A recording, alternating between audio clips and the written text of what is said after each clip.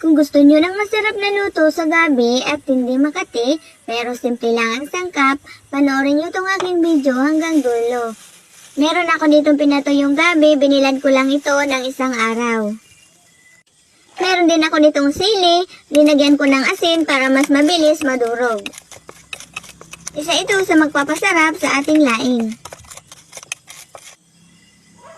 At ayan, durog na nga. Ito ang aking mga sangkap, dilis, luya, sibuyas, at linagay ko na sama-sama sa isang kawali na merong gata na pangalawang piga. At sunod ko na nga rin lilinagay ang dahon ng gabi at pantayin sa kawali. Pagkatapos ay baliktarin, haluin.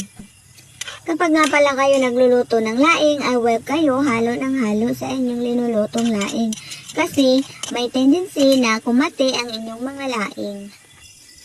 Ako kasi guys, 2 beses lang ako naghahalo sa aking gulay na laing.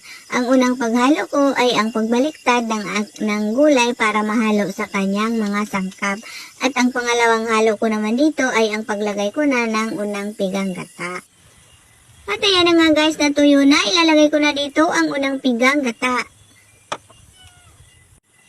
At ito na nga ang aking pangalawang paghahalo. Kapag natuyo na rin ito ng konti, ay pwede